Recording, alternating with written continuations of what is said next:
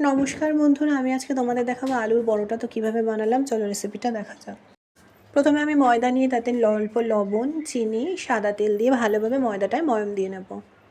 তারপরে অল্প জল দিয়ে আমাদের ময়দাটাকে মেখে নিতে হবে। ময়দাটা মেখে আমাদের কিছুক্ষণ রাখতে হবে। এদিকে আমি আলুগুলোকে সেদ্ধ করে নেব।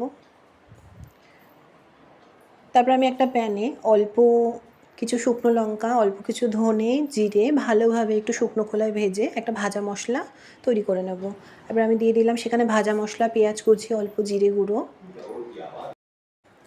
কাঁচা লঙ্কা আর লবণটা কিন্তু আমি লাস্টে অ্যাড করব, যাতে প্রথমে লবণটা দিলে অনেক সময় একটা জল কেটে যাওয়ার চান্স থাকে, তাই লবণটা আমি লাস্টে অ্যাড করব। তারপর আমি এখানে ময়দা থেকে লেচি কেটে অল্প বাটির মতন করে নিলাম। তারপর আমি সেখানে আলুর পুরটা দিয়ে মুখটাকে ভালোভাবে আমাদের বন্ধ করে দিতে হবে, যাতে আলুর পুরটা বেলার সময় ফেটে যেন বাইরে না বেরিয়ে যায়। তাই আমাদের পুরটা ভরে কিন্তু ভালোভাবে এটাকে সিল করে নিতে হবে, এবং বেশি আলুর পুর দেওয়ারও খুব একটা প্রয়োজন নেই। তো এখানে আমার মা পরোটাগুলোকে বেলে নিচ্ছে। তো দেখো আমাদের কিন্তু পুর বেরোয়নি, কিন্তু সেভাবে ভালোভাবে কিন্তু আমাদের পরোটাটাকে বেলে নিতে হবে। তারপরে এটাকে চাকুতে সেঁকে ভালোভাবে তেল দিয়ে এটাকে আমাদের ভেজে নিতে হবে।